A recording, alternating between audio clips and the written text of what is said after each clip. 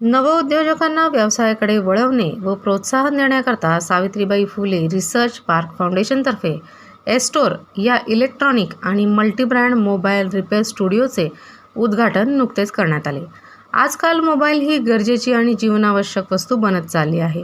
हीच गोष्ट लक्षात येता या संबंधित उपकरणांच्या बाबतीत नवउद्योजकांना प्रशिक्षित करणे व यामध्ये व्यवसायाकरता प्रोत्साहन देणे हा यामागील मूळ उद्देश आहे.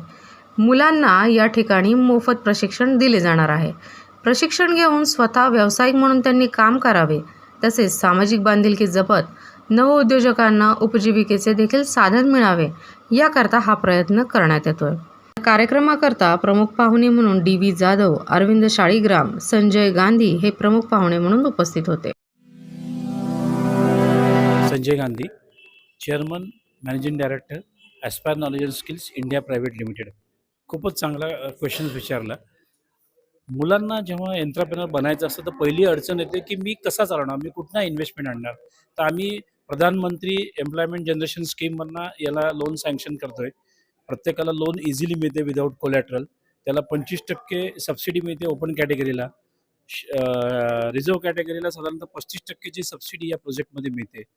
त्या मुलामध्ये एंटरप्रेनरशिपचा ट्रेनिंग प्रोग्राम घेणे, त्याला टेक्निकल स्किलफुल बनवणे, त्याला 5 वर्ष हँडहोल्डिंग करणे, त्याकडं मार्केटिंग फुटफॉल करणे, त्याला सस्टेनेबल ग्रोथ कशी होईल याची काळजी घेणे, हा संपूर्ण IT एनेबल्ड असा हा प्रोग्राम आहे. आणि असा हा त्याची फक्त इच्छा असली पाहिजे आणि 150 स्क्वेअर फूटची जागा त्याने आम्हाला द्यायला पाहिजे. आयदर रेंटल दिली पाहिजे किंवा ओनरशिपवर. बाकी प्लग अँड प्ले स्टोअरवर चालू करून देऊन त्याला एक चांगलं इन्कम या माध्यमातनं चालू होते. 30 ते 35,000 रुपयाचं इन्कम त्याचं मंथली डेफिनेटली या प्रयोजनातनं चालू होतोय. ही योजना फक्त युनिव्हर्सिटीमध्ये असणाऱ्या मुलांसाठीच आहे का बाहेरची मुलं याला प्रयत्न करू शकतात? नाही, निश्चितपणे बाहेरची मुलं येऊ शकतात. इनफॅक्ट युनिव्हर्सिटीमध्ये वेगवेगळ्या कॉलेजेसमध्ये त्याला ट्रेनिंग घेता येईल. त्याच्या जवळपासच्या कॉलेजमध्ये त्याला ट्रेनिंग घेता येईल. त्याला डोमेन स्किलचं ट्रेनिंग घेता येईल. त्याला एंटरप्रेन्योरशिपचं ट्रेनिंग घेता येईल आणि बाहेरच्या मुलांनीच ॲक्च्युली हे मॅक्झिमम करावं असं आमची इच्छा आहे. जागेचं तुम्ही आता सांगितलं तर साधारण किती वर्षाचं जागेचं ॲग्रीमेंट असतं पाहिजे? 5 वर्षाचं मिनिमम ॲग्रीमेंट पाहिजे, कारण की लोन पिरियड हा 5 वर्षाचा असतो. त्यामुळे त्याचं लिव्ह अँड लायसन्स ॲग्रीमेंट कमीत कमी 5 वर्षाचं असलं पाहिजे. आणि आतमध्ये जे मटेरियल असणार आहे मटेरियल तुम्ही भरून देणार आहात का असणार आहे? नाही, आम्ही भरून देणार. पूर्णपणे त्याचं ॲक्सेसरीज असेल, रिपेअरिंग मटेरियल असेल, इक्विपमेंट असतील, ही संपूर्ण जबाबदारी आमची असेल. आम्ही त्याला पूर्ण सेट करून देणार आणि त्याला बिझनेस कसा चालवायचा 5 वर्षात तो चांगला एंटरप्रेन्योर बनलेला असेल. याच्यामध्ये जर प्रॉफिटमध्ये काही पर्सेंटेज असणार आहे कसं असणार आहे सगळं? याच्यात बेसिकली काय आहे, यात शेअरिंग केलेलं आहे आम्ही. कारण आम्ही जे हँड होल्डिंग करतोय, फुटफॉल आणतोय, मार्केटिंग त्यासाठी करतोय, याकरता आपण थोडं शेअरिंग ठेवलेलं आहे आणि त्या शेअरिंगमधनं तो बिल्ड होतो आणि हे शेअरिंगच त्याला ॲक्च्युली एक चांगली स्टेप देईल, एक चांगला एंटरप्रेन्योर घडवेल. स्टीव्ह जॉब्सचं तुम्ही जर पुस्तक वाचलं तर त्यांनी ह्यात 10 पानं त्याच्या बायोग्राफीमध्ये लिहिलेली आहेत की जागा कशी असावी. जागा प्राईम स्पॉटला जेव्हा आपण म्हणतो तेव्हा पॉप्युलेशन डेन्सिटी जास्त असली पाहिजे. कारण प्रत्येक माणसाकडे आज मोबाईल आहे. 140 कोटी जनता आहे तर 140 कोटी मोबाईल हँडसेट्स आहेत. त्यामुळे डेन्सिटी चांगली असली पाहिजे. 10,000चं लोकसंख्या असेल अशा ठिकाणी हे स्टोअर आलं पाहिजे. तर डेफिनेटली याचं ब्रेक इव्हन पॉईंट साधारणतः 16 महिन्यामध्ये येतो. मुलांनी तुम्हाला कुठं आणि कसं कॉन्टॅक्ट करावं यासाठी? मुलांनी आमच्या ऑफिसला आम्हाला कॉन्टॅक्ट करावा. आमचे जे नंबर्स आहेत, आमचं जी वेबसाईट आहे www.estoremobile.com या साईटला व्हिजिट केली तर त्याला संपूर्ण डिटेल्स मिळतील. वयाची अट आहे सर मुलाची? हो, मिनिमम तो 18 वर्षाचा असला पाहिजे. आणि 18 ते 45. 18 ते 25. हे आत्ता इनिशियली 35 तालुक्यांमध्ये साधारणपणे 350 स्टोअर्स महाराष्ट्रामध्ये आता ओपन होतील. अपील हेच आहे की जॉब क्रिएटर्स बना, जॉब सीकर्स होऊ नका. मॅक्झिमम लोकांनी सेल्फ एंटरप्रेन्योरशिप, मायक्रो एंटरप्रेन्योरशिपकडे यायला पाहिजे अशी माझी इच्छा आहे. मी डॉक्टर अरविंद शाळीग्राम हे हे जे SPPU रिसर्च पार्क फाउंडेशन आहे तिथे CEO म्हणून काम बघतो सर. आज आपण एक स्टोअर या उपक्रमाचं उद्घाटन करतोय.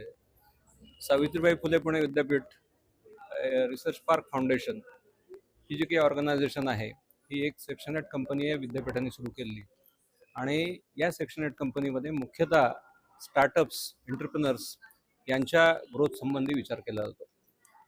हे जे काही स्टोअर इथे सुरू होतं आहे त्याचा मुख्य उद्देश एक डेमो मॉडेल डेव्हलप करणं आणि त्या मॉडेलमधनं एंटरप्रेनर्स कसे घडतील आजचं स्पेशली इलेक्ट्रॉनिक्स आणि मल्टीब्रँड मोबाईल रिपेअरच्या संदर्भातला इथे आपण व्यवस्था करतोय. त्यांना ट्रेनिंग दिलं जाईल व्यवस्थितपणे आणि त्या ट्रेनिंगच्या माध्यमातून ते स्वतः एंटरप्रेनर म्हणून काम करतील. म्हणजे समाजाची एक जी मोठी गरज आहे मोबाईल फोन्स आणि त्याच्यामध्ये घडणारे बिघाड, मग ते हार्डवेअरमधले असतील सॉफ्टवेअरमधले असतील, तर ते कसे रिपेअर करता येतील सहजपणे आणि कॉस्ट इफेक्टिव्हली, आणि त्याचबरोबर उपजीविकेचं साधन म्हणून या ॲक्टिव्हिटीकडे कसं बघता येईल असा एक प्रयत्न या माध्यमातून आपण करण्याचा प्रयत्न करतोय. आणि साधारणपणे जे तरुण विद्यार्थी आहेत, विद्यार्थी असतील किंवा तरुण ज्यांना इच्छा आहे काहीतरी नवीन करण्याची, स्वतः काहीतरी करून दाखवण्याची, त्यांच्यासाठी हे मार्गदर्शक असं राहील. रिलेटेड भुवनेश कुलकर्णी सर असतील किंवा संजय गांधी सर असतील, तर हे आमच्याकडे सुद्धा अशा पद्धतीचा इनिशिएटिव्ह करण्याच्या दृष्टीने अप्रोच झाला होता त्यांचा. आणि अशा पद्धतीचं आमच्याकडे जे काही सेंटर सुरू करण्याच्या दृष्टीने आम्ही प्रायोगिक तत्वावरती चर्चा करण्यात आलेली आहे आणि आम्ही आमच्याकडे सुद्धा अशा पद्धतीचं सेंटर हे सुरू करणार आहोत, की जेणेकरून आम्हाला आमच्याकडे जे विद्यार्थी येतात, एनरोल होतात, इथे राहतात आणि शिक्षण घेतात, पण ज्यांना 11वी नंतर किंवा 12वी नंतर शिक्षण घेण्याची सुविधा उपलब्ध नाही आहे किंवा शैक्षणिक पात्रता असली तरी सुद्धा आर्थिकदृष्ट्या त्यांना त्या योजनांचा फायदा घेता येत नाही, तर अशा विद्यार्थ्यांना, गरीब गरजू विद्यार्थी जे असतील, तर त्यांना अशा पद्धतीचा शॉर्ट टर्म कोर्स जर केला तर त्यांना स्वतःच्या पायावरती उभं राहण्याची संधी एक त्यांना उपलब्ध होणार आहे. म्हणून पुणे विद्यार्थी गृह सुद्धा या पद्धतीचा इनिशिएटिव्ह घेणार आहे. म्हणून त्यानिमित्ताने आम्ही या ठिकाणी आत्ता आज आलेलो होतो आणि ह्या पद्धतीचं जे सेंटर बघितल्यानंतर खूप छान वाटलं, की जेणेकरून त्यांनी जे काही एक्सपेरिमेंट करून दाखवलं ते पण छान होतं. शिवाय एखादा विद्यार्थी